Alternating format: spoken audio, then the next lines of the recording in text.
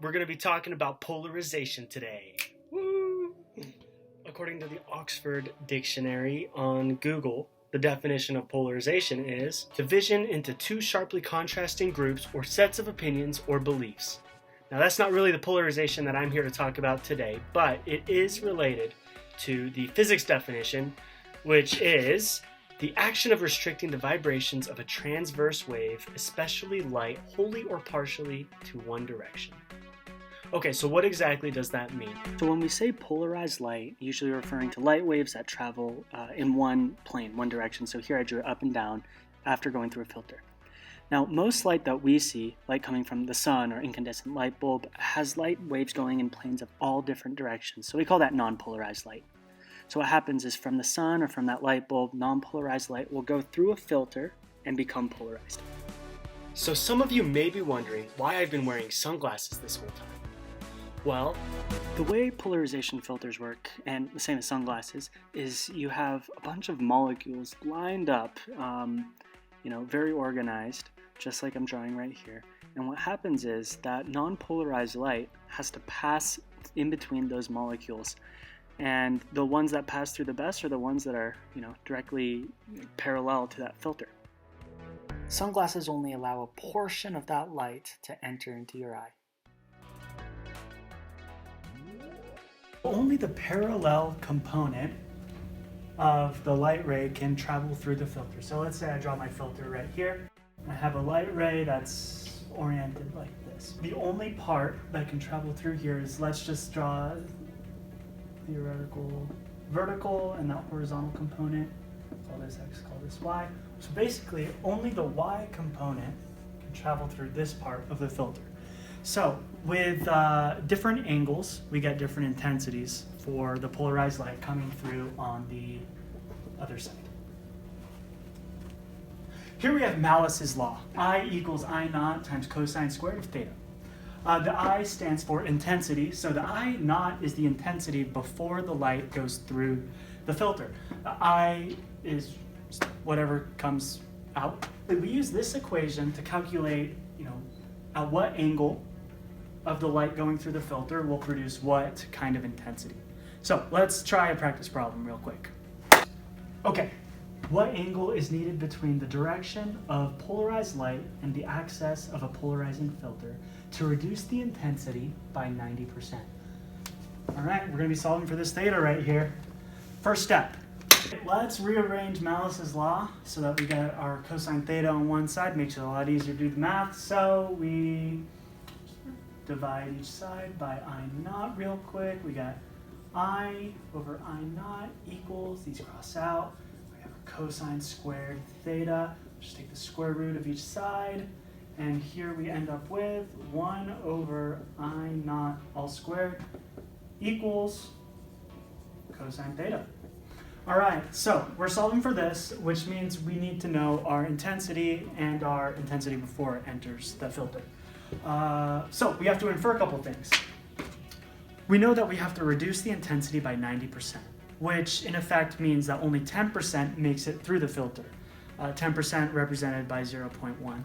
So we know that I equals 0.1 I naught. So using the knowledge that we know that only 0.1% of the original intensity makes it out, we can just plug that in here. So let's move that up here. Okay.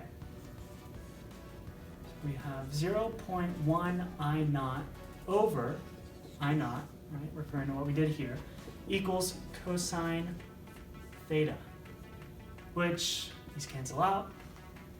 We'll grab our calculator real quick, do some calculations. The square root of 0.1 equals 0.316, which equals cosine theta. Let's just do the inverse cosine of 0.316, which gives us our total of 71.57 degrees. That is our answer. Easy. Okay, here's the scenario. We have two mediums. We have air and we have glass. And let's say we have a beam of unpolarized light going and hitting right here. So what's going to happen is part of that light is going to be refracted and part of it is going to be reflected. Now, we know it starts in polarized, but we've learned that as it goes through the glass and as it's refracted, it becomes slightly polarized. But we also see that the reflected ray will produce light that is completely polarized. And when that happens, the angle between the refracted ray and the reflected ray equal about 90 degrees. And right here we also have this angle right here is referred to as Brewster's angle.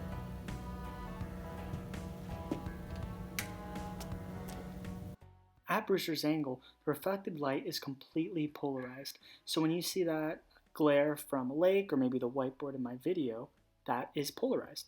So therefore, sunglasses are really good at cutting down the unwanted glare because that light is polarized. Hey my friends, welcome back to the whiteboard. We're going to be talking about Brewster's law. Yeah, and let's talk about what this means. This is called Brewster's angle. N1 is where the angle of incidence, that medium where the angle of incidence occurs, or the reflected light travels. N2, on the other hand, is the light that is able to go through into the next medium. So it's the medium that forms the interface that reflects the light.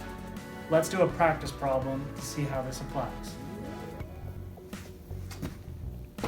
At what angle will light traveling in air be completely polarized horizontally when reflected from water and glass? And just for convenience, right here, we wrote down the index of refraction for air is 1, for water is 1.33, and for the glass that we'll be using is 1.52. All right, Brewster's law, what do we remember it? It is tangent theta, or Brewster's angle, equals N2 over N1. Now, what we're solving for in this question is specifically this Brewster's angle. So let's just solve for this first one right now. So the angle that light is traveling in air when it's completely polarized horizontally when reflected from water. So to do that, we would just plug in, use a different color here.